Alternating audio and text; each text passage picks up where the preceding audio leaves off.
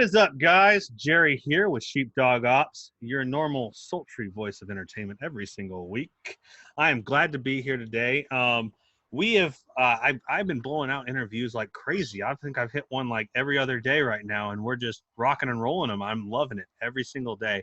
I get another person who's like, "Hey, I'm ready. I'm ready to rock and roll." Same thing happened the day before. Same thing's happening today. I know we've been working on this for a couple of weeks actually. Yeah. I think that's the least amount of time that I've spent to try and get someone scheduled. So Dan, I appreciate it. But Dan here is actually he's from my neck of the woods, Air Force boy, a little under 12 years, you said, and so we've got a lot in common. We've been sitting here bullshitting for a little while beforehand, and everything's kind of very similar except for a couple of little nuances here or there. So it's real fun to talk about when you got somebody who understands exactly what you're talking about and you don't have to re-explain it. But Dan, I want to give you the opportunity to introduce yourself and give us a little history about your background, when you started, where you've been, what you've done, and then we'll go from there, man. Like I said, I'm Dan. Joined the Air Force back in 2002. Did a little under 12 years before I was medically boarded. I was in air transportation, so loading, unloading planes, passengers, cargo, all that kind of stuff, building cargo. Got medically boarded because I had 6 reconstructive knee surgeries while I was in from loading planes. That's a whole nother part. And then football players complain about theirs. Good God. Yeah, so far from the military, residual effects. I've had 6 reconstructive knee surgeries while active duty, and 2 years ago I just had my shoulder reconstructed from an injury that I had 10 years ago in the military that I took a steroid shot because I was already scheduled for knee surgery at the time. So that kind of tells you what the career field is about. Yeah, just joined the military about a year after high school. Kind of got bored one day and went into recruiter's office after talking to a buddy that was back on his recruiter's assistant's leave and said, "Hey, how is it?" And he's like, "It's not that bad." And I was like, "Cool, I want to get out of here and as far away from here as I can." So went up to the local recruiter's office. He sent me to take a test at MEPS.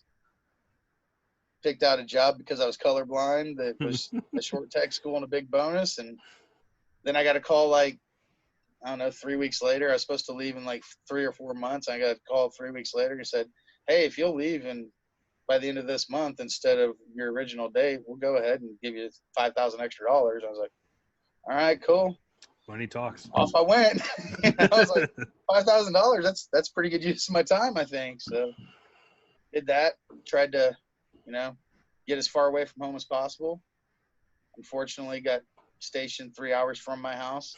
Tried to go overseas and got 3 hours from my house. So I had to deal with parents calling every weekend. "Hey, why don't you come home for this?" And, everything that I didn't want out of the military at that point. But I think that's most of us, though, right? We all try to get away from family, and then next thing you know, we're right next to them. And the bad thing is, too, like, I went to high school in Missouri, and my parents were 3 hours away, and that was bad enough.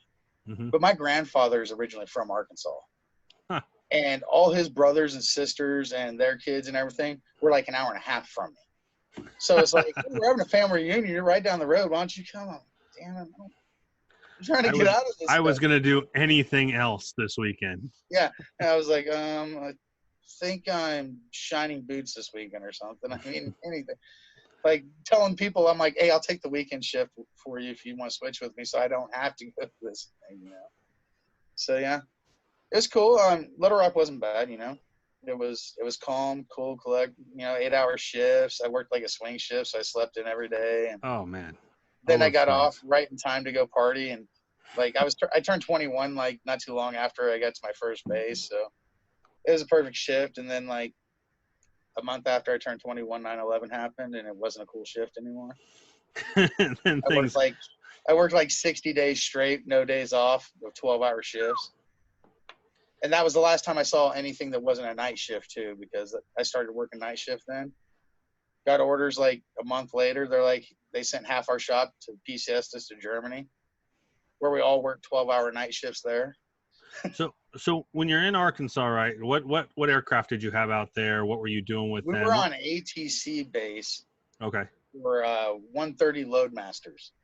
Oh wow! So it was a training base for. It was like 100 and some C-130s. and we were loading training loads. Oh man. So like one of the things is we'd load we had aircraft services that was kind of the whole aerial port into one thing, and then Little Rock also has the largest aerial delivery in the Air Force. Yeah. Because they got to teach the loadmasters all that. Well, 1 second before we go too far in here, I'm going to make sure, because for those people out here who are not Air Force guys, AATC is basically your training command. That's the entire training command for the entire Air Force. So any base that's designated as AATC, that's normally what they do on that station. There's not a lot of deploying. It's regular shifts. There's not a whole lot going on. We still 8 deployments. Oh, did you? You still 8 deployments? I know a lot of maintenance side. Obviously, there's a little bit difference between the supply side and the maintenance side. For us, it was a lot of no deployments, and you're not doing anything other than taking care of training jets. Well, what it was for us is because of our career field, we don't load a specific type of plane. Okay. We learned to load all the planes and do the load plans on all the planes and everything. So they're just like, hey, free, you guys got to go. You got to take off with them. When 9/11 hit, there was 8 of us that had bags packed for a moment's notice to go. We were the 8 that were selected, and that's what it was. Okay. So it's slightly different. I know that obviously this is different. Where I was at, what I was doing, I was working on fighters, and that's going to be a whole different ball game. That's a whole different world. 4 different fighters to heavies, and you got to understand also for the listeners here, heavies they don't have much of a training thing where they don't go somewhere or do something. They don't sit around a whole lot. So it is going to be a little bit different because fighters, when they're trainers, you're training people. You're making sure people are good to go. They have their hours. Pilots have their hours. Mechanics have their time on aircraft, stuff like that. So it's a little bit different as far as the AATC runs, but that also depends on who you're attached to from there. Because you guys were AMC, right? Because that's mobility. No, we were AATC just straight up, and that was the thing that was bad is because when you're AATC, you learn that that's also the wing or the command level that has no money because. Yep. That level is all the money that's in that is sucked into Lackland. And so like you beg and plead for a new pair of boots and stuff. Whereas if you go to AMC, they're just like, here, have 12 pairs. We don't care. We got all sorts of money. So you got screwed on 2 fronts. You also have to deploy when most AATC bases don't. And you don't have any money to do anything. So but it gets good though, because it was funny. And I'll go back to Little Rock here in a second, but it was funny. They're like, hey, just get to an AMC base, and all these things will be gone. You'll have nice equipment. You'll get nice gear, you'll be able to do all this stuff. Well, I went to an AMC unit when I went to Ramstein. Okay. But it was a tenant unit on a wing base. So we still got screwed. I mean, we don't get me wrong. We got nice stuff because AMC had money. But then there was all the base wing stuff that didn't apply to us, like days off. Oh, okay. Those kind of things. The fun stuff, the thing that you get paid to not be there. Like, hey, we're gonna have a 5K and give the whole base a day off, except for that tenant unit. You guys need to go load those planes. So just okay, great. So yeah, I was in Little Rock. That's when I hurt my knee originally. Back to the training loads. Yeah. One of the things that you'd have to do is we had these things we called pet rocks. Okay. And basically it's a 9,000-pound concrete block that's on a pallet. And you'd load these on the plane so pilots, because it was also a 130 pilot training base, so pilots could learn how to fly with certain weights on them. With weight attached to it, right? Okay. Well, all these C-130s, if anyone's ever seen a C-130, they're all beaten up and they're all pretty old. Yep. And the rail systems on them suck. The roller systems on them suck. Well, pallets constantly get wedged in there. You can't move them. So you just basically you have to push them until they move. And that's how my first knee injury happened. I was pushing a 10,000-pound pet rock. And when it broke loose, my foot was on grip tape on the floor. Ooh. And my weight shifted and my kneecap actually wrapped around my leg. Jeez. Damn. But it gets better. Oh, it gets better. Okay. The military doctor said, oh, you just hyperextended it, slapped me on a leg brace, and PCS'd my ass. Wow. So I'm in Ramstein working 12-hour days on the ramp there, which is, let's just say, a culture shock, because I'm like, I went from loading like 3 or 4 planes of training loads a day to like walking out on the ramp for 12 hours and not coming back until 14 hours had passed. How did that happen? Yeah. You know? And I remember I walked off the flight line one time and I was kind of limping a little bit. Didn't think nothing of it because the knee had been sore, but I talked to them so many times that there's only so many bottles of Motrin I'm going to let them try to give me before I'm just like, I'm not even wasting my time anymore. Mm-hmm. And a guy that was in Ramstein with me had been in Little Rock with me and known about that knee injury. And he looked down on my leg, and my knee was so swelled up that my BDU pants looked like spandex around my knee because they were so tight. We all can't make the uniform look good. I'm just saying. Yeah. So I was like, oh, that's great. And he's like, take him to the hospital and get this checked out. We get to the hospital, they're like, we're going to have to cut these things. And as you know, as an A1C, you're not cutting my BDUs because I can't afford to go buy new ones. And I only got like 4 pair total right now. I can't got time for you to cut them. At that time, it was when they still had the winter sets and the summer sets. I had 2 winter sets and 2 summer. Geez. And it was a set of my summer sets. And you know that you don't want to wear the winter set. Ever. I was like, I don't care if you got to cut my damn leg off in them. You're not ruining these things because, like, I can't wear the winters. They're too heavy. You can't wear the heavies. Your first two clothing rations are like $80 or something. That was nothing. Like, and you've already spent it before it's come in. You've already spent it. Yeah. It's like when you go, it's like, but 6 years you finally get like that $300 one to where you can go buy like 2 uniforms with that, maybe if you're lucky. If you haven't gotten in trouble and star card. Oh yeah, good God, fucking star card, the bane of the fucking military credit existence. And man, it's so easy to abuse that thing too because it's like the military clothing store would like sell like tennis shoes and stuff, and you'd be like, well, I can buy tennis shoes on Star Car, and it's no interest and stuff, so you go buy that stuff there. And all your shirts, just stupid stuff. So many troops in trouble from that fucking shit. Fortunately, I kept that one under control. It was my E-Club card from partying that got it out of control for a while. But we'll talk about that in the German thing. But yeah, so I went to a doctor, and I went to an Army jump doctor that works on parachute guys, and he goes, oh, so you're an Air Force guy. You must work in the office with this knee after he looked at it and everything. I said, no, I load airplanes. And his face just like turned white, and he goes, what? And it's always great when you hear an officer do this because it doesn't happen as often, but the officer looks at me and goes, what the fuck are you talking about, you load planes? I said, I push pallets onto planes, But he goes, I don't know how you've been walking on this leg, let alone loading planes. He's like, did the injury just happen? I was like, no, this happened like 3 months ago back in Little Rock. I wrapped my kneecap around my leg, and they said it was just hyperextension. He's like, well, you got torn ACL, torn MCL, your meniscus is shredded, and your kneecap's broken. I was like, oh, that's cool. You know what? See, this is the fun thing about it is you're sitting here, you're telling me this stuff because I had my MEB done, right? Because I had a head injury, and they just said, hey, so you can't get 30% because you didn't go to the doctor twice a month. You know what it would mean for me to leave twice a month to go to the goddamn doctor? Holy shit, there would be anarchy if I had to leave that many times. They diagnosed me with COPD in the military, right? Yeah. But then when I went to the VA, they're like, no, we don't have any treatment records of it. Even though I had bronchitis twice a year for 6 years, this last 6 years I was in the military, I'm like, that is COPD. Bronchitis is that when you have it every year.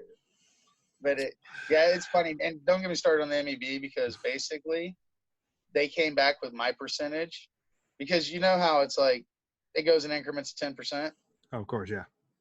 And if you hit 25%, they round it up to 30.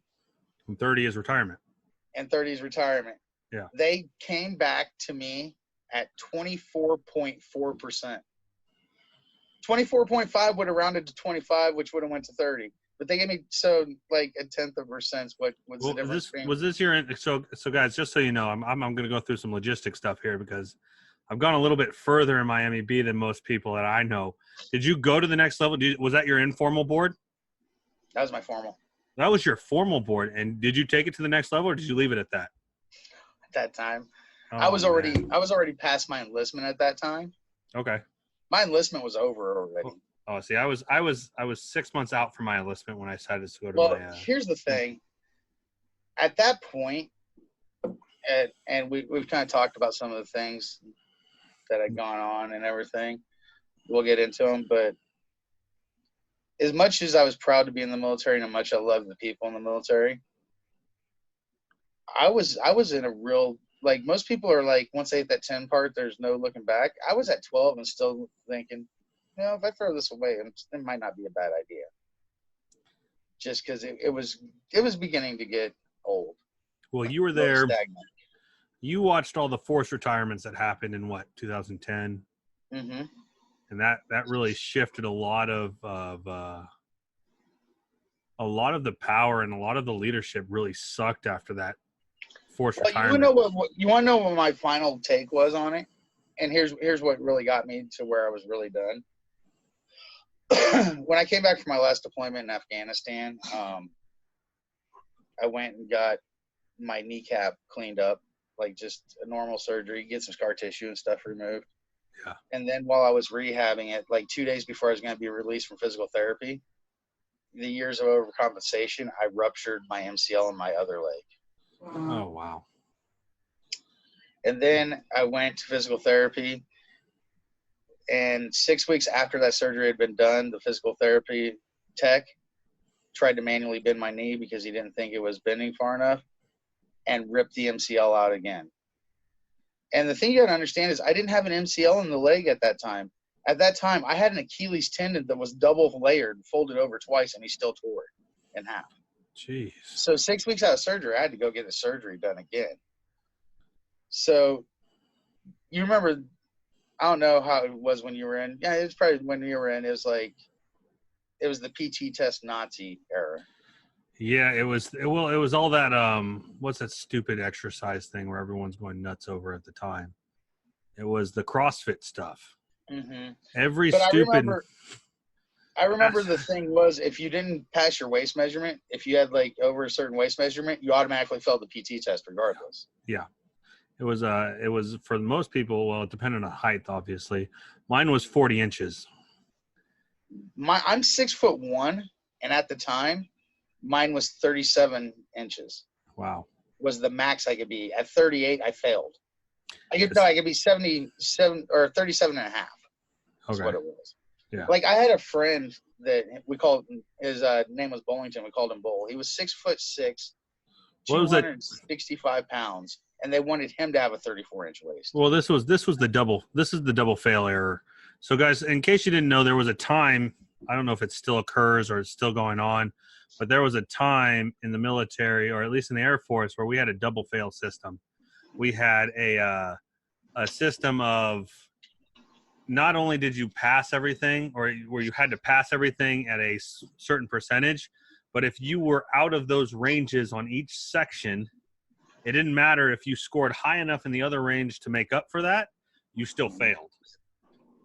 So before, and this is when I first got in, it was just your score. All that mattered was your score. As long as, no matter across the board, because I sucked at push-ups. I'm terrible at push-ups. I'm a beast. Oh, no. Push-ups are fine. It's sit-ups. I suck at sit-ups. I've never been good at sit-ups. I've been good at push-ups, good at running, and I've been decent at my waist.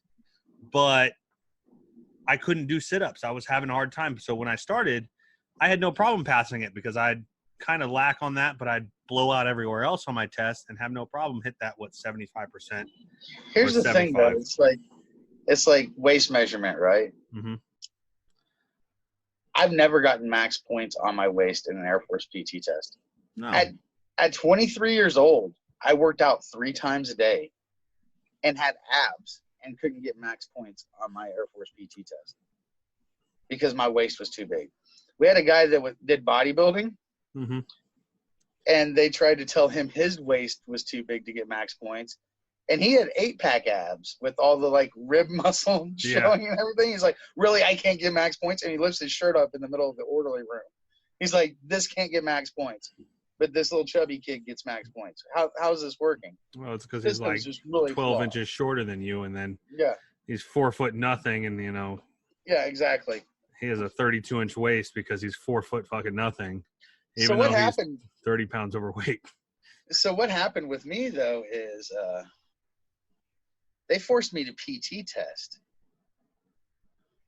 10 days after I came back from convalescent leave. Jesus.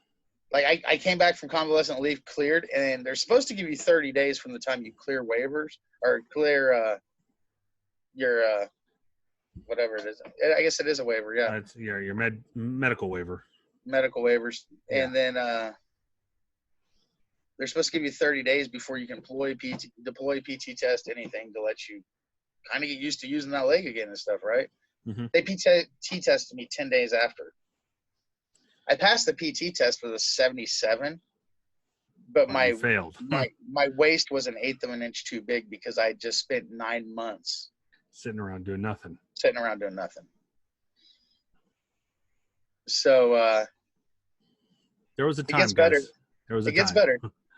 So as a staff sergeant in the military, I get my first piece of paperwork ever. I get an LOC for failing the PT test. And put on the Fat Boy program at that point, right? No. It gets worse. Oh, wow. They retested me 2 weeks later. What a load of horse shit. They retested me 2 weeks later. And I take it back. The first time I had failed by a 1/2 an inch, and the second time I failed by 1/8 of an inch. And they tried to write me, the first year tried to give me an LOR for it. And they're like, here's your LOR, you can sign it. If you want to rebuttal, you got the 3 days or whatever. So I sat down, me and my senior master sergeant that used to be a first shirt. He's like, oh, hell no, we're rebutting this. Of course. So we sat down and typed a rebuttal, turned it in. I'm like, whatever. Get a call back 2 or 3 days later. The first shirt's like, the rebuttal was written really well. And from what I said in your LOC, she said she wanted to see improvement to not get an LOR. And since I had cut down 1/4 of an inch in that 2 weeks, she saw improvement, so she threw the LOR out. And then I was real cocky too. So I was like, it's a good thing you threw that LOR out, because I was just going to walk to the IG with the LOR and the LOC and say, why are they PT testing me right now? But just seeing the politics of how things were going with that, and knowing I had 6 reconstructive knee surgeries, it's hard to pass a PT test when you can't run. Oh, of course not. When you can't work out, basically, you can't do anything hardly. No, I couldn't do the run test. Oh, of because course of my not. knees. I was on permanent waiver for that. Mm-hmm. So, which means that with my waist measurement, I had to get my waist measurement down to like a 37. Jeez. And then I had to max out my push-ups and setups. Yeah, see, it was 40 was our top end. That was your passing minimum. But to pass, you had to have a 38. Well, I heard they ended up changing that because so many people got kicked out on LORs because they didn't have a 34-inch waist. Yeah. So, that was the double fail system that was going on that we're talking about, is that you had to have – so 40 was minimum that you could have to get points. But a 38 was the minimum to pass. Mm-hmm. So you had to have a 38 at minimum to pass the test. But so why do you have points for above, you know? Yeah, why do you have that 40-inch mark if you can't pass the test if you don't have a 38? In 1 year, I knew no less than 6 staff sergeants that were great staff sergeants that got kicked out of the military with over 10 years of service because of that PT test. That thing was garbage. I watched it get initiated. I watched it get rescinded, basically. It was garbage. Straight garbage. Yeah, so I mean, it was like, if you can do these push-ups, these setups, and run this fast, you should pass. I don't even know why you need to do any of that stuff, because in reality, if you're deployed, unless you're a PJ, CC, or TAC-P or something like that, at what point are those some of those things that you're going to actually use on a forward deployed base? I worked in a manual labor career field, like getting shot at while loading planes. So being able to run was a good idea. And like, how far away was some place of safety from planes, though? Was it 1.5 miles between your distance? The plane was probably our only place of safety, unless we wanted to get in a car, because we were probably 3 miles away. Oh yeah, of course. And you're not running 3 miles at that point. You're either getting on the plane or you're getting on the car that got you out there. No, but if you're walking from plane to plane, you're definitely running to a plane. Of course. But at no point are you running a mile and a half between planes. No. Yeah, see. No, that's just a point of being like, I don't know. I guess when I was in Afghanistan, technically, I hung out with a bunch of Green Berets that are crazy, and they're like, "Hey, why don't you come outside the wire with us?" I'm like, I'm bored. Why not? Okay. You know? And I can see where the running was important then, because like the first time I went out with them, we got shot at and they laughed about it. And I was like, "You crazy SOBs. What?" You know, I mean, like I should have known there was something wrong with them, because one of them had a dog that he picked up in an Afghanistan village because it walked up to him. And he's like, "I'm taking it home," and had it on base for 6 months, raising it. And then he actually ended up finding a way to take it back to the States afterwards. Jeez. And the dog's name was Guinness, so that kind of tells you with the caliber of people I was dealing with. Of course. I can see where they want to make sure you have some level of endurance, but my whole thought on the endurance thing is most people are going to be able to run for a lot longer when they're scared.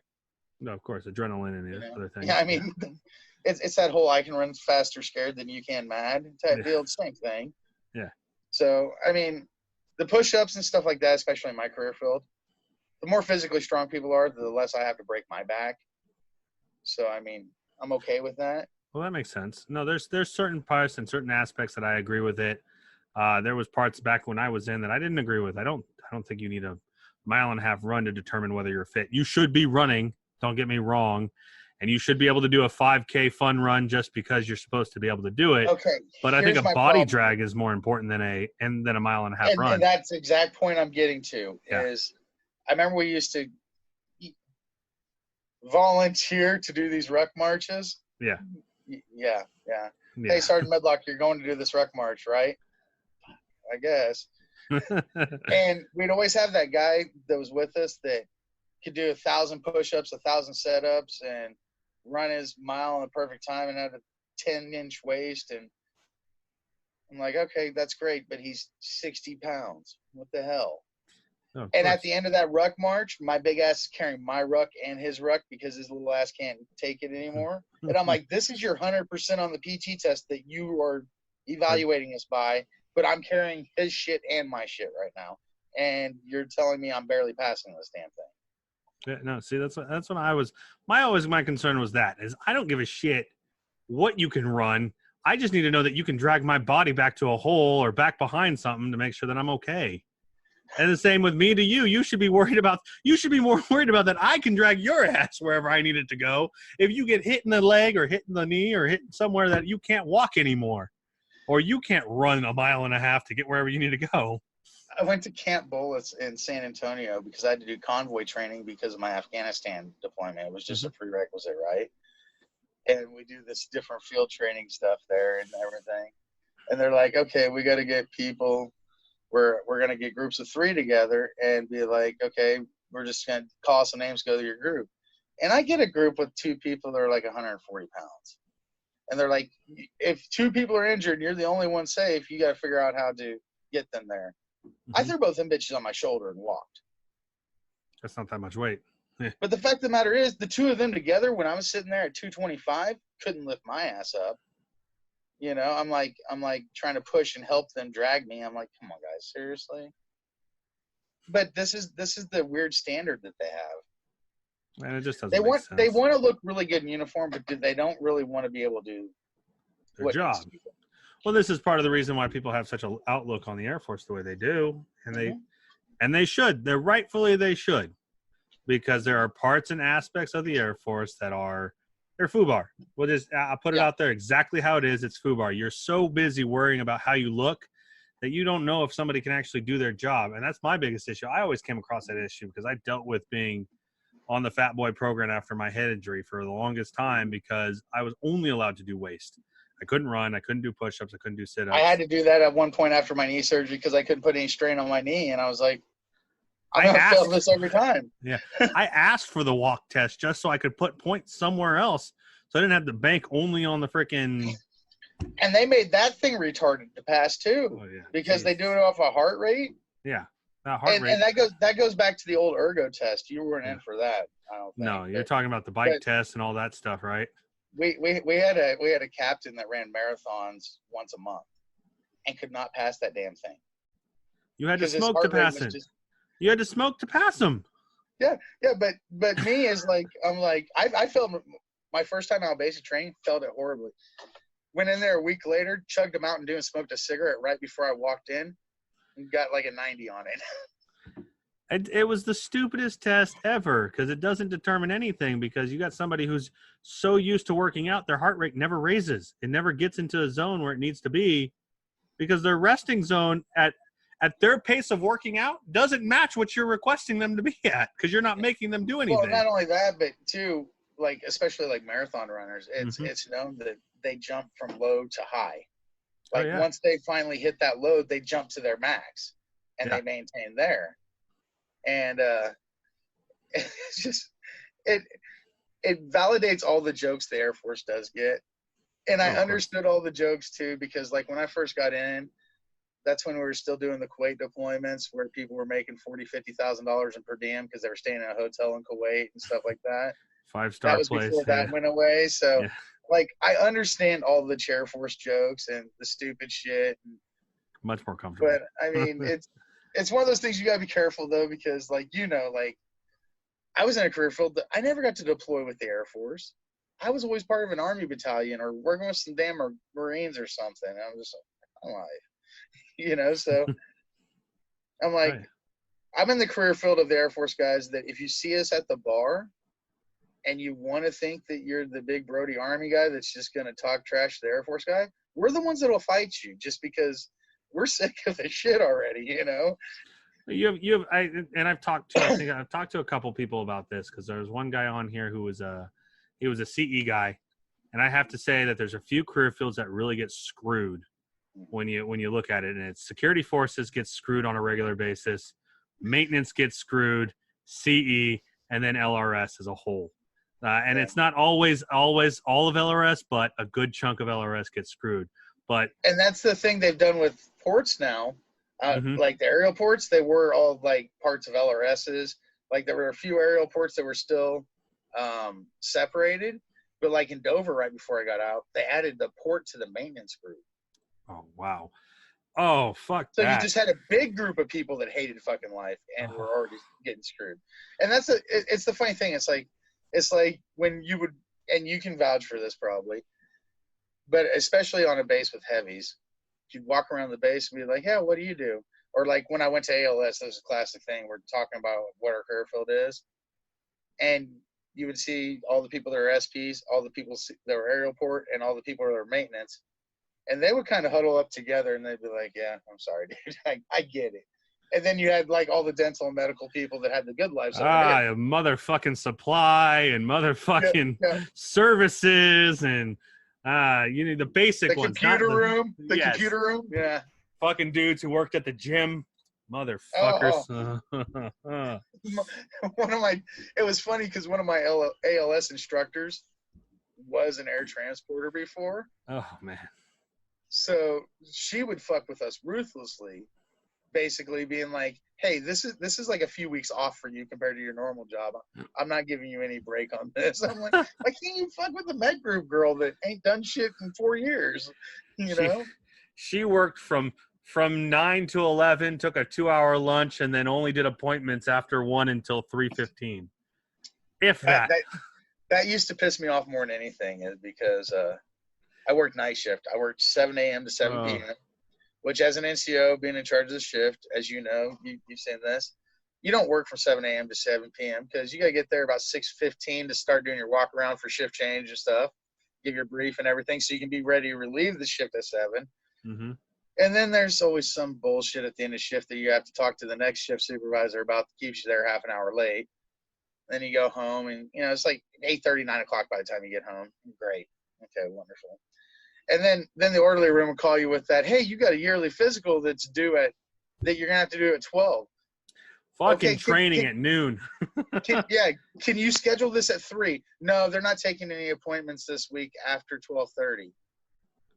Well, that's because they were closed from 12:45 until 2 weeks later for training. So Okay, I got home at 9, and you want me to be in uniform at a medical appointment for this physical thing at 12, which means that by the time I fall asleep, I might get to sleep by 9:30 if I'm lucky, or if I'm really drunk at that time, because that's what night shift ends up being. It's like, Oh, of we're course. gonna drink until we're out of beer until we pass out, whichever one. At 7 Whatever comes first. Yeah. So then you've taken that away from me because I gotta be sober to drive at 12. So I'm like, okay, so I'm gonna try to go to sleep. Most likely, I'm gonna fall asleep about 11, and then my alarm clock's gonna go off at 11:15. I'm gonna take 15 minutes to throw some shit on, and drive to base and get there right as my appointments do. And then I'm gonna get out of there at like 2, and then have to be up at 4 to start getting ready for work. Oh, I remember these days. And this is okay to you guys. Well, and then you say, hey, well, technically the tech data, or I mean, if AFI says that I need so much time in between me going to work and me going to sleep. Well, oh no, you have that time. That appointment wasn't work. That was your time. Wait, what? Oh, I got a better one. I went and qualified M16. And just to be nice, guys, they're like, why don't you come in at 9 instead of 7? I spent 8 hours in fucking M16 training. I got done at 3 and then had to be at work at 9. They're like, well, you had 6 hours in between them. Yeah, but at that, and there was the great excuse. Well, we let you off at midnight the day before you had the M16 training. No. Don't worry. We'll give you a CTO day. Yeah. You want to talk about smoke being blown up someone's ass? I probably still have like 15 CTO days that I've been promised. I don't know where the fuck they are. No. We'll catch you on the next one. Don't worry. You want to take a day off? We got you. Well, the other messed up thing is, in like a career field that's 24-hour ops, 7 days a week. Yeah. Like, one person out of your shop gets to take Christmas off, like leave for Christmas and stuff like that. And then you're doing like this scattered skeleton crew shit, trying to give people at least one holiday day off a year. And then you're like, hey, can I take leave? And they're like, nope, there's already one person that's taking leave that month. Well, there's 50 of us in this motherfucking shop, and you're only letting one take leave a month. Hello? And then they're like, hey, you got use or you lose leave. Why haven't you taken any? I got out of the military. They gave me permissive TDY, and then I had so many days, and I still had to sell back 82 days of leave. Jeez. By the time. But you know how the med board is. It's like, hey, by the way, you're out in 3 weeks. Oh, see, yours is nicer than mine. Yours is way nicer than mine. See, I went through this issue with the superiors being all about PT, and when mine dropped, I failed a PT test because it was waist only. I had a 38.5-inch waist, and I can't pass without a 38-inch waist. Yeah. So I failed on both accounts, and this guy said, okay, well, you failed your X amount of PT test because we make you take it every 3 months ever since you got your head injury. So, and I wasn't here during any of the other stuff, but the last 2 you've been under my tutelage, so I'm going to get you kicked out. And I was under med board orders, so it's like, you can't do anything. But he had me Monday, I got orders that dropped that I was supposed to be out Wednesday because of failed PT. And then I was waiting for the Secretary of the Air Force's office to get back to me because I had taken it past the formal board. And they come back because they got that paperwork in, and all of a sudden, next thing you know, I'm getting retired for my head injury because they said everything that had to do with PT had to do with that. So we're going to take out all those EPRs you had to do after every single failed test. We're going to give you 5s for all of them, which is like 10 5s. And we're going to tell you need to go take your test for staff because, well, you were supposed to have senior airmen 6 months ago. And since that was all under the wrong thing, we're going to have that all taken care of. You'll be fine. What good does it give you staff at that point, I didn't even go test. You're not going to be in long enough to sew it on. No, but it would have changed my pay by like. If you would have made it, they would have said you had a line number, so they're going to give you a little extra pay. But it's still based off your top 3 years, so the average is still going to be fucked. Yeah, well, I told them, you know what, I'm not going to take it from somebody else. Yeah. That's my thing. You know what? That's fucked up. I go in there, I take one line number from somebody else in my career field. Well, I did the same thing for tech. I refused my tech testing. when I got out. And this is after my first time testing for tech. I missed by 1 point. Oh, wow. I studied and missed. I studied to miss tech because I didn't want to be a tech in my squadron. Yeah, see, I literally could have walked in there and barely just wrote my name on there and passed because I had so many EPRs compared to everybody else.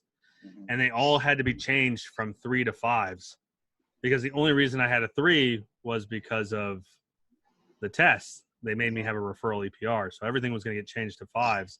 And so I would add, 15 EPRs compared to everybody else's 3. And you get points I had for every all Fireball 5s my whole career, so. Yeah, see, I had 5s. Everything was written as a 5, Yeah. but because of the PT stuff, they were like, nope. No, but here's the thing. No, they don't. Here's the thing. I know they don't, but that's a cocksucker move because I actually wrote an airman a referral 5.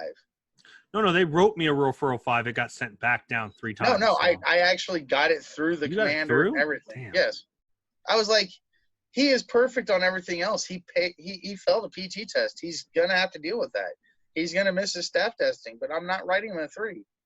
I said, if you want to write him a 3, take my signature off of it because I'm not doing it. This was my favorite part is that I turned around and I found out that it was that shirt who was blocking all of that stuff. I thought it was the commander the whole time. He was just, Those commanders sign whatever comes across their desk. Oh, exactly. And that's what ended up happening. I walked in there when I got my paperwork for my retirement. I walked in there and I'm smiling. And the commander, because I was doing copies, right? And the commander walks out. He's like, hey. And it's like, oh, yeah, I'm just doing this paperwork to send to AFPC to correct all my records. And, he's like, oh, well, if you need any letters or recommendations for your stripes and stuff, you've been excellent for us. You've been amazing. I really like you and what you do with our night shift over there at NDI. So let me write you anything that you need. And then the shirt walks in and he says, oh, no, what happened? Are you out of here? I was like, no, I just got retired. So I'll be out of here with a paycheck for the rest of my life and I'm taken care of. So you go fuck yourself. Yeah, it's kind of funny. It's like if I would have the shirt before us when I tried to push that airman's through, it wouldn't have worked. Yeah. But I actually had a shirt that she had just come in. She was the same one that wrote me the LOR that threw it away because she said I wrote it well enough that it deserved it. Mm-hmm. But she was a hard ass, but she actually thought with some logic, and it was kind of weird to me. It was a new foreign thing to me. But like my old first shirt from Germany ended up being the Chief Master Sergeant of the Air Force. Oh wow. Yeah. So like Chief McKinley was my first shirt when I first got to Germany. Oh yeah, man, goodness. Jeez. And he was kind of a prick. Yeah. I mean, he was fair, but he was just kind of. It was one of those uppity shirts. You know what I'm talking about? No, I know exactly what you're talking about. You know, you get those shirts that, like, I had my first shirt at Dover when I first got to Dover was Chief Desolate. And I'll never forget the guy because I walked in his office because he scheduled an appointment with everyone that PCS'd into the squadron within the first couple of days they were there.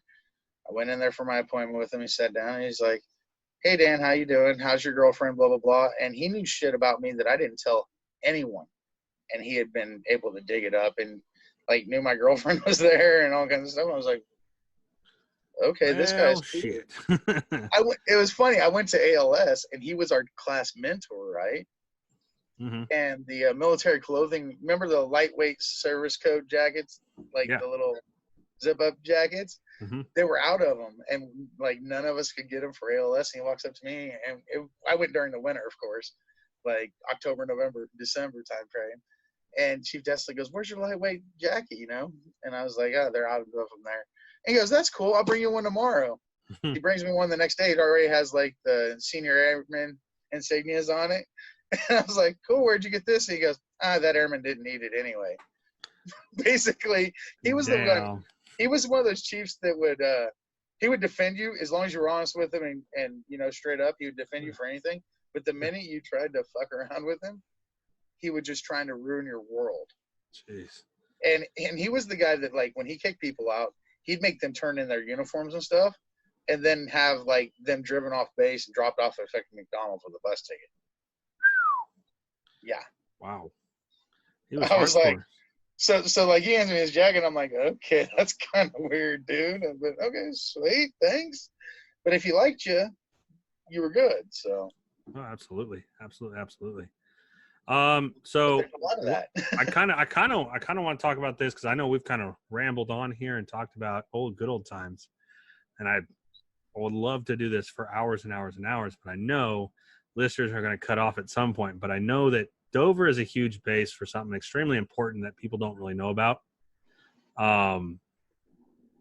And we talked about this beforehand, and you told me, hey, you're probably going to have to walk us there.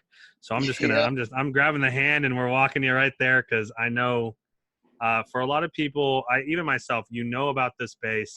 You may not know which base it is. Well, it is Dover Air Force Base. It's one of probably the somberest bases, I would say. We can give it that name. There's two things Dover's known for. Mm-hmm. Dover's got the largest aerial port in AMC. Mm-hmm. And they've got the base morgue where all the bodies come back to get prepared to ship out to their final to Arlington or anywhere else that they're supposed to back home, wherever they're going to be. Okay. And so being somebody in the career field that you're in, you are kind of the first welcome to home for these people. In more than one way. Yeah. I dealt with HRs when I was in Germany a little bit. What does HR stand for those that Human don't? Remains. Okay. If you hear me say HRs, it's Human Remains. That means there is a name on the manifest. They know who it is. And if you hear me say DP, it's disassociated portions, which means it's just body pieces. So my first HR, I remember it came in through Ramstein, just on in transit. Mm-hmm. And we had to bring it in and put it in the cooler basically until that flight moved, and they have to be iced down and just the whole shebang. Yeah. It's not pleasant. Not pleasant. Of course not. So basically when they get to Dover though, that's where they get their big ceremony. The whole flight line shuts down. You know, the honor guard comes out, and basically we're unloading all these bodies off the plane. Mm-hmm. And like I told you earlier, I think I calculated up as somewhere around like 1,373 HRs I've downloaded. Yeah. The most I downloaded at one time was a C5 full of them, probably 70 some of them. I'm guessing 70 some HRs. Took about a whole 12-hour shift. Instead of loading them into normal trucks that they would take one or two in at a time, they would bring out tractor trailers to haul them off just because there was that many. I can't remember what the incident was that had happened, but it was just one of those big mass casualty things. And these are all members of the service, correct? All members of the service. All flag caskets or transfer cases. They just look like big metal silver caskets, basically. Mm-hmm. And inside them, all there is a body bag and some ice. Wow. And then, like when Pat Tillman died, the football player, mm-hmm. We actually drove his parents out to that plane when he came in from the passenger terminal because they were using our DV lounge for that. So I mean, it's a common thing. It's like I told you, it's like I think the first probably first 20 of them I saw was probably one of those choke you up moments and let you know how real your decision was of what you decided to do with your life. But then, like after that C5 full, I never saw an HR again as an HR. Everything became a manifest number and a piece of cargo to me. Box and a piece of paper. It's a box and a piece of paper. I don't want to know whose name's on it. I don't care. Get it off the plane. Get it where it needs to go. Let's move on to the next. Because it's too much, and especially when you've been downrange. When you go downrange, you know, it's like when someone dies downrange, they have these kind of parades type things, you know, to where when they'll have everyone from the base on the main road while this body's driven to the passenger terminal to get loaded up on a plane to go back to the States. So you see it from that end, and then at that point, you know, I'd already unloaded 1,000 of them or so, you know, over here on this end, and it's like, this is just tired of seeing flag draped baskets, you know. I mean, because now I can identify, okay, I'm leaving the same time this guy is, there's a chance I might end up unloading his body when I get back down over here too. Oh, so I might see him twice. So that's got to be real rough. It's something that because obviously I talk to a lot of vets, talk to a lot of first responders, and you see a lot of things like that where you're talking about dead bodies. You have people out there that you may know or may not know, but seeing it in mass quantities like that, and seeing it as people that are no different than you signed a dotted line to say, hey, this is what I'm willing to sacrifice. Dealing with it on a day-to-day basis, how do you handle it? You know, the first one that really gets you, the first one that, like, you can isolate yourself from it. You're like, oh, this is an Army guy, or this is a Marine. This is what they signed up for. I think the first one that really hit me was a supply guy from Dover. Oh, wow. I didn't know the guy, but just the fact that it was a guy that was in the same group as me in the Air Force in a non-combat related job that just happened to be at the wrong place at the wrong time, and we were carrying him off the plane. That's when it becomes the real thing of, okay, this isn't just for people that are out there shooting at people. You know, this is for people that are doing everything on the base. And it's like, I had worked in the KAOC in Qatar, the coalition, doing like all the different transportation to Iraq and stuff like that. And I'd had to fly into a few places and seeing some stuff, but you know, it was in such short periods of time. It wasn't too bad. But then it's like going to Afghanistan and being there for 9 months and having bombs and mortars and RPGs launched at you every day, all day. Like, I remember sitting in a chow hall line with a brand new kid that just got to the base. We were taking him to chow hall, and we're watching him just walk mortars in. And the kid's freaking out because he can see this from this chow hall, this fence of these explosions happening closer and closer. And he's like, guys, shouldn't we do something? We're like, we're not getting out of line. They'll run out of mortars before they ever get them to us. But this is how you feel about this stuff, you know? It's just like, it's not close enough for me to worry about yet. And even when the explosion happened on base, if it didn't shake you physically, it was far enough away that I didn't need to worry about it. So you get this mentality and you get this ability to work through that, even though you just become numb to certain things. It's funny. It's like, and I told you the thing. I was smoking a cigarette, standing next to a bunker where the butt can was, smoking a cigarette. Heard a whistle, heard an explosion, and looked, 40, 50 yards ahead of me, and watched an RPG go through a window of a Connex. And I sat there and kept smoking my cigarette until a buddy tapped me on the shoulder and said, "Dude, we gotta get inside." I'm like, "Oh, okay, yeah." Put out the cigarette and go. And then later on, I find out that there was a dude sleeping in the bed that our RPG landed on. But here's the bad thing: is he's staying in a Connex that they just moved in because it was for a temporary room for people flying out of Afghanistan, right? They had just moved it in there. It gets hit. He was just in Bastion for a year, the hottest place in Afghanistan, on his way home, sleeping in bed, RPG goes through his window. No rhyme or reason to it. I mean, and you're just like, that sucks, He's been in firefights for the last year, and he's going home, and this is how it ends. It ends with it going completely haywire without him even knowing he could do anything about it. And here I am smoking a cigarette, and I'm so numb to the bombs, I don't even notice the bomb goes off. I mean, it hits you after a second. You're like, wow, that was an explosion. And then once someone verbalizes it, you're like, oh, shit, yeah, got to do something. But it's the same thing with the HRs. It's like, after you've seen so many of them, you're just like, I'm numb to this shit. And I have had family members say that I'm a little bit more cold now than I was before, just because. Of course, we all are, aren't we? After seeing that kind of stuff, witnessing that, being around it. Like I'm more reactionary now with problems. Mm-hmm. Like a family member says this person's in the hospital, I'm the calm, cool guy. I'm like, okay, let's do this, this, and this. And they're like, you have no emotion at this. And I'm like, I don't have time for emotion, because that's what I've encountered at this point. I'm like, this. Have you learned to deal with some of the bigger issues that may occur with this or come along with this?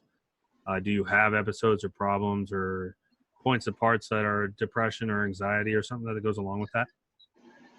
Occasionally, I will say my probably first big point of depression came when I got out. Oh, that 3-year stint, right? Everyone gets hit by that. I know it's not always 3 years, but it's like, It might have been longer. I got lucky and I counteracted it really well, but basically I got out, and you said you were in for 6 years, right? 3.5. But I stayed on base and worked alongside the military for the other 4 or 2.5. So you were around the military for 6-7 years. Okay, so I've been 12 years. I've been around the military since this last year, actually. So I've been working alongside Army, Air Force, everyone like that. So here's the thing. I was in uniform for 12 years. Mm-hmm. The jobs I had before the military were basically your run-of-the-mill high school jobs, working restaurants, doing all that kind of shit. Of course. I joined the military at 19, and I got out at 31. I just turned 31 when I got out. If you do the math there, I mean, like, that was my whole adult identity. So the minute, as happy as I was when I hung that uniform up, I was like, fuck this shit, I'm done. Yeah. By the time I settled in and I was officially done, I was like, what the hell do I do with myself? Because I don't even know who the hell I am. I didn't even know what I like to do anymore, just because my life revolved around, okay, I have to work these 12-hour shifts, and then I'll probably go party with some friends. And that's kind of the routine, you know. My friends will want to go do something, I'll go do something with them. But then when I'm sitting there by myself, I'm just like, well, shit, I just really don't know what I want to do with myself. And, like, I ended up, shortly after I moved to Texas, I ended up rescuing my first pit bull. And if it wouldn't have been for that dog, I don't know what would have happened to me, because every morning having that little puppy gave me a reason to have to force myself out of bed. Because otherwise it was just like, oh, I ain't got shit to do. You know, I didn't need money. I had plenty of money and all this shit. I'm just like, I don't have anything to do. But the dog made me get up, because the dog needed to go outside. The dog needed to be trained and stuff like that. So it probably could have been a lot worse than it was for me. I got to say, because I know what you're talking about. I got out at a young age, but I spent my whole time next to, and everyone that I worked with was military. We were military in a civilian uniform, or in a civilian, outfit. That was the only difference between us. It's just I got off at a certain time because they didn't want to pay me overtime. But everything worked the same. We did everything the same. This is my first job that I've had since I've been out that's true civilian. So this last year for me, I can totally understand that. I obviously didn't hit me as hard because I picked up side things like this where I get to talk to people and do that stuff. But I know how hard that is, especially when you don't have those friends close by. You don't have those people close by. Well, here was the other thing, too, that I don't know if you had to deal with, that I had to deal with. Mm-hmm. Like, where were you working when you got out, location-wise, like state? Oh, I was working in New Mexico. So I was 2 states away from where I grew up. Okay. Right when I got out, my mom had some problems with her health that happened right as I was getting out. So not only did I leave the military, but I moved from the East Coast down to Texas. Oh, man, you had to move back home, basically, right? Well, I'm not from Texas. Well, yeah, but home as in family, back to family. Yeah, I had to move down here to help her. But the funny thing is this. It was like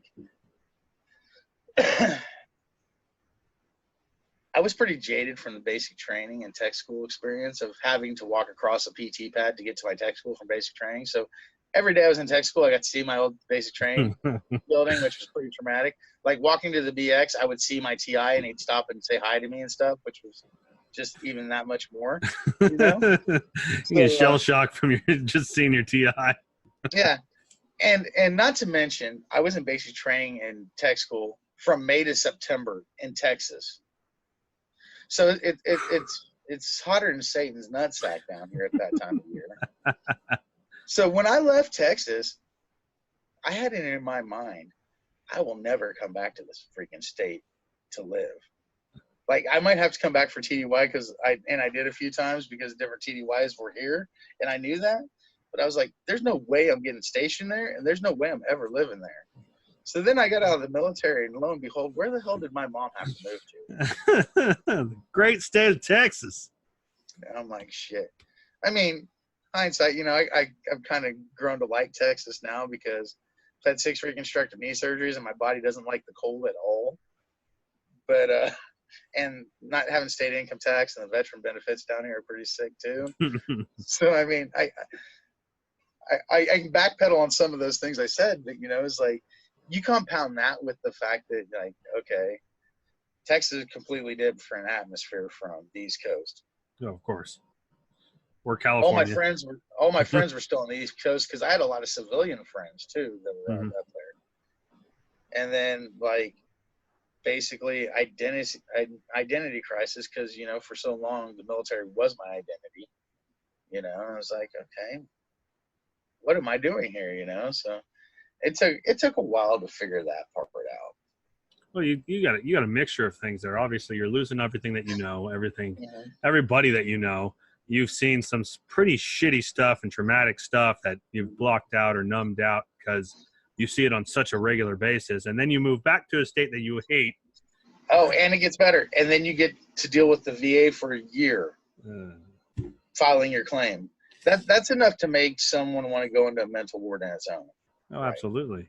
Because I got out when they were still backed up on them. Oh, wow.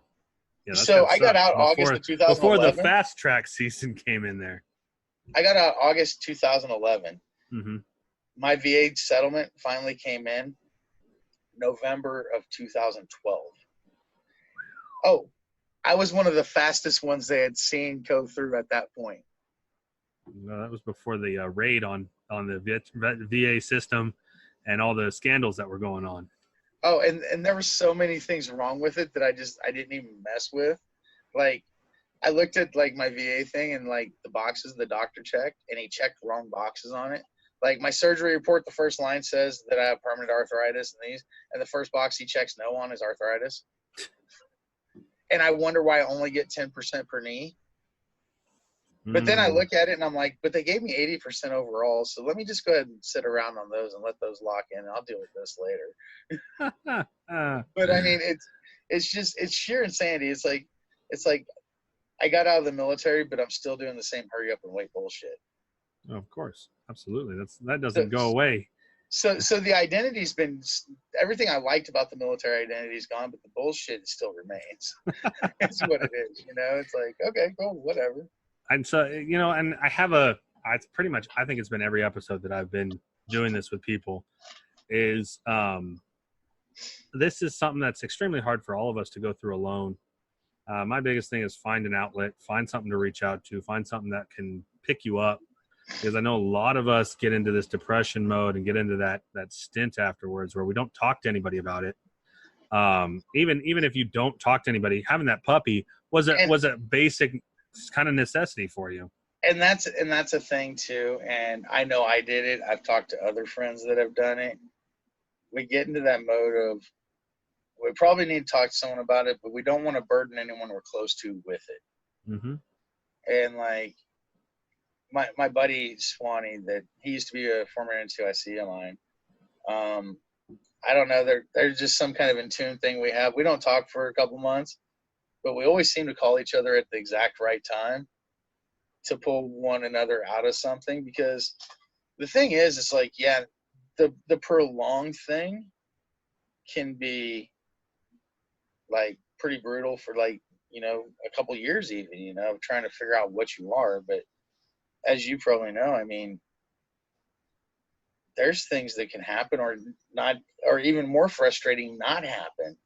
Like things that you don't know why, but I may wake up one day and I just feel like worthless, and I'm depressed. And the most depressing thing about it that adds on to the depression is I don't know why the hell I'm depressed. Sometimes there's something that triggers you. And those times are easy to work through because you know what triggered you and you just know that, okay, this is going to pass and this is going to be okay. But then there's other times you just feel like trash and you're just like, I don't know why I feel this way though. Oh my God. And that makes you more depressed because you're like, you feel helpless to it because you're like, what good is it going to talk to anyone about it? Because I don't know why it's happening. Well, All what I am can I tell going you to is tell I'm them? depressed. Yeah. What am I going to What's tell wrong with you? people? I'm depressed. Why are you depressed? Fuck, I don't know. I wish I knew. If I had known, then I wouldn't be sitting here talking to you about it. Yeah. It'd be over with. Well, I'd already tell you, and you'd be able to say, hey, you're going to be fine. And we'd be Mhm. able to walk past it. But no, and I think I know that exact feeling. I do that more often than not.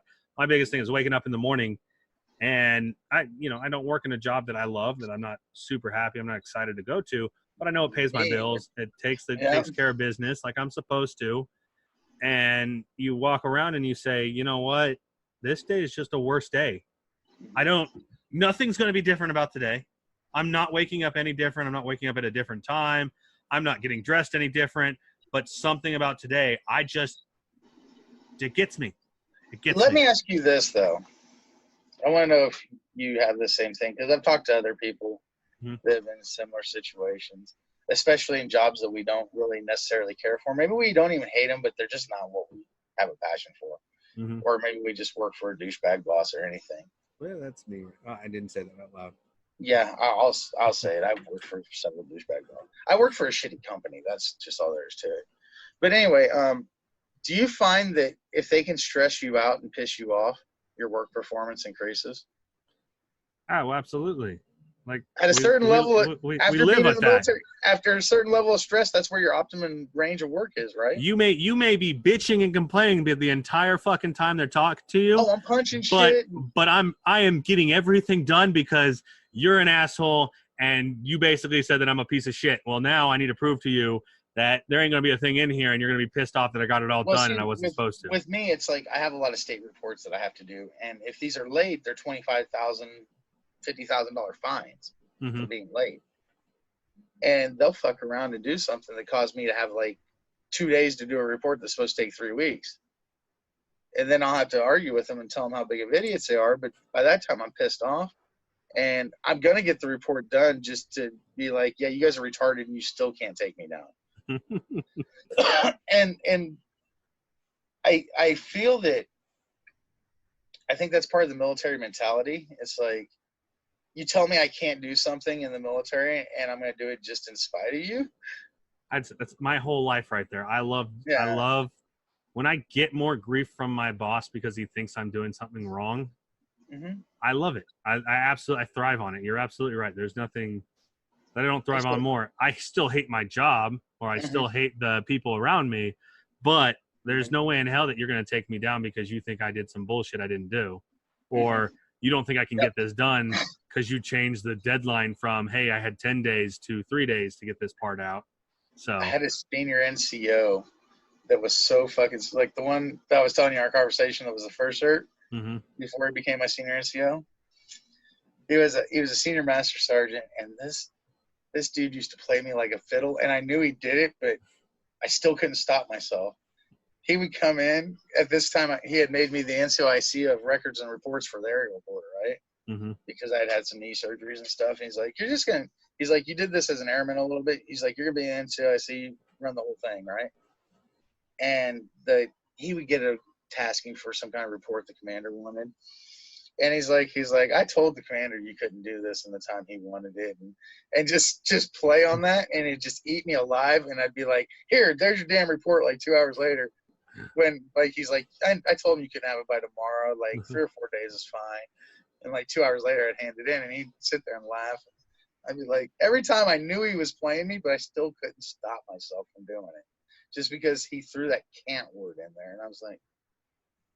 But this was the same senior NCO that would tell me at like 12 o'clock, he's like, hey, go home and grab your golf clubs. You're golfing on the squadron golf team today because I can't do it. So, I mean, he gave me some leeway. So it was cool that I was okay with him manipulating me, and I had a big mouth. So he would take a lot of shit because of my mouth and just never let it roll down onto me. So I was okay. And that was probably one of the reasons why when he manipulated me, I was okay with it too. But yeah, that was an even trade. Even trade. It was. I actually probably came out on the better end of the deal. Oh, of course. For some of the stuff I did, but I was really fortunate in my career that I've always had people that my work effort always outrode my mouth. So to keep me out of trouble and be able to keep doing the job, there's a lot of senior NCOs I owe a lot of apologies for having to take ass chewings because of my mouth. But at the same time, they got really good work effort out of it too. So I mean, they knew what they were getting into. Absolutely, that was what my first supervisor had taught me. So that's on another episode, guys. If you want to hear that story, I'm gonna have that uploaded here soon. So, no, Dan, I really appreciate you coming on. There's one last thing. If you were to give yourself one piece of advice, go back to before this all started. What's that piece of advice that you think you'd give yourself?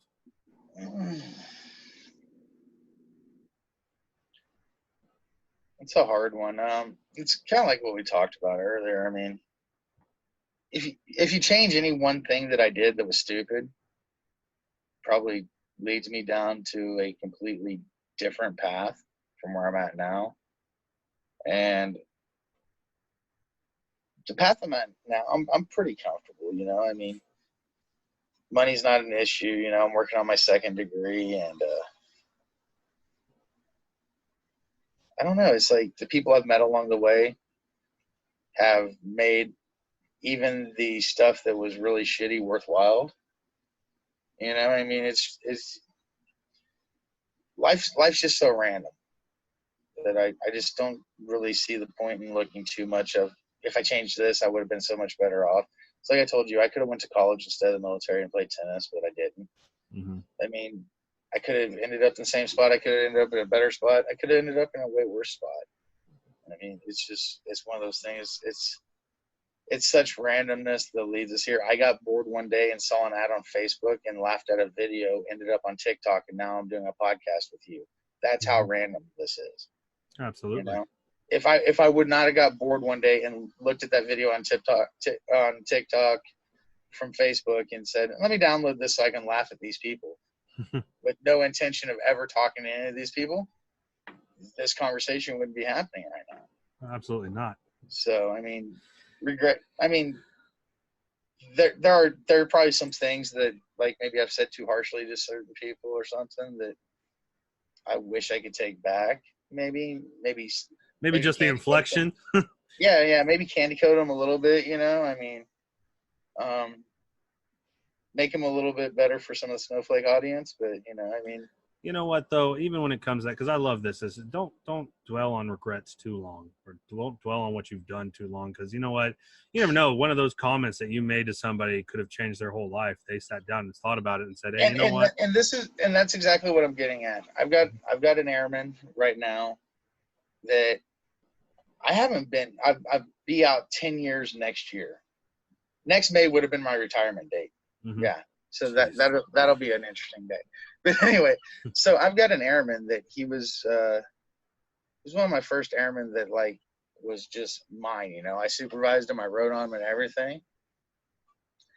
And he called me up from Hawaii. He's now a master sergeant, and he was in charge. He was the NCOIC of, like, cargo or something. And I was just talking to him, and he's far surpassed what I did. And I've talked to him, and I'm like, hey, you know, so how is it, you know? And he goes, well, I just try to do one thing. I said, so what's got you your success? And he's like, you told me when I was young that you were going to take care of me. Don't worry about it. Just do my job. And I believed you, and you did. I saw you take ass chewings because of us, and you never came back on us. You always took care of us, and I went through my career doing the same thing for my guys, and it worked. That right there, no matter what I fucked up in the other things, because we all have enough fuck-ups, that right there was enough. Because I learned what I didn't want to do from one bad NCO I had growing up. And amongst all the good NCOs, I had one bad NCO, and that said exactly how I didn't want to be. And just the fact that I was a decent NCO, and this guy is now a senior NCO, and his people below him are saying, hey, you took care of us, you were good to us, I'm good. Everything else, that's a generational thing, and you didn't even know you were doing it at the time. Exactly. I was just trying not to be the dick that I didn't like. That's fantastic. I've got I got so many stories on that one, and man, we're gonna get you on for another episode if you're up for it down the road. Yeah, anytime. Let me real quick. I need to get my shout outs in here real quick. Battleraddle guys, BATTLERADDLE. They contain all our merch. They're the guys that sponsor everything that we do here. We are opposed to the whole grunt style stuff, but I'll give you a pass this time. I got to give you a little bit of shit about it, but they're like 5 minutes from my house, dude. It doesn't mean I can't give you shit for it. So, but Battleraddle, they sponsor everything they do. They take care of us, hook us up, make sure that we got our merch out there. The shirt that actually we've been giving out to guests will be only exclusively to guests starting October. So I don't know if this one will come out this next couple weeks or if it'll be the first week of October. I'm still scheduling all the episodes out right now. But if you guys want it and it's not the end of or start of October, go get it while you can. We get it in all the thin lines that are out there. Go check it out. Go grab it. We've got other shirts on there, other Sheepdogops shirts. So it's where all my merch is. It supports the podcast. It supports the sponsor. Right now they've got a buy two, get one sale going on. It's a B2S1. You buy 2 shirts, you get 1 free. Go check out their subscriptions. They're the best in the business. They got the lowest one of a mystery shirt for $5 a month. It's fantastic stuff. And half the time they actually will message you and ask you if there's something you want specifically. So if there's a shirt online that you've been looking at, they'll hook you up with it. Other than that, guys, we're going to get to my stuff, Sheepdogops. We've got some really cool stuff coming in the future. I've got some vets that I've been talking to that want to do a bit of a sports podcast, and we're trying to get that together. Just as talking, sit and bullshit about sports, have a bunch of vets on and bullshit about it for an hour or two, just to have a good time. Be on the lookout for that. We'll probably talk fantasy stuff. We'll talk baseball. We'll talk hockey. We'll talk football. It don't really matter. We'll talk it all. Outside of that, you guys can always donate. The PayPal is sheepdogmindset@gmail. So is the Patreon account. Go check that out, Sheepdogops. If you guys want to get on their subscription, go to anchor.fm. Sheepdogops is there. We do 99-cent subscription up to $10. Everything that you guys do goes right back into the podcast, goes right back into us getting more guests, getting more time, getting more events that we're going to get ready to start doing here shortly. And then down the road, it's actually going to be helping us with our foundation that we're starting. We're finalizing names on it. We're starting to work out some stuff with our 5013C. We're trying to make this legit as can be to help vets, help first responders, help the people who are out there still fighting the good fight against the wolf that's out there. Other than that, Dan, I appreciate you coming on, my man. I know we've been sitting here for like 2 hours right now. I know we've only been recording for like an hour, but we've been sitting down here for 2 hours. I've had nothing but fun talking to you. It's always good talking to a good old Air Force boy, because things just roll off a little bit easier because we already understand each other. So thank you again. If you got any final thoughts, I'd love to hear them now before we start to outro this. No, it was good. It was good to come on and talk. Just let me know if you want to do it again. We'll do it again. Anytime, every time. I'm always available. You see, like tonight, man. I would have done it Sunday when you called me, but all you got to do is shoot me an email, man. I got you. If it's not on Wednesday or Friday, I'm pretty much down. All right. I'll make sure that gets hooked up and we'll get some more time with you. I know we've had a couple people actually come back on and do new episodes, so I'm freaking pumped. Everyone seems to have been enjoying this. I hope you enjoyed your time on this. That was fun. And if you got any buddies that you want to do it with, we can do a dual episode. I don't care. We can just sit around and bullshit as vets bullshit, because that's my favorite thing to do. Yeah, so, a lot of things you forget about that once you talk about them, you're like, yeah, I remember this. Absolutely. And it's vets helping vets, and that's what I like doing out here, because people that don't talk about it, and it's this one thing that I tell everybody when I try and get them on the show is everybody's got a story, and somebody somewhere needed to hear it. You don't know who that person is. You don't know who you're going to affect.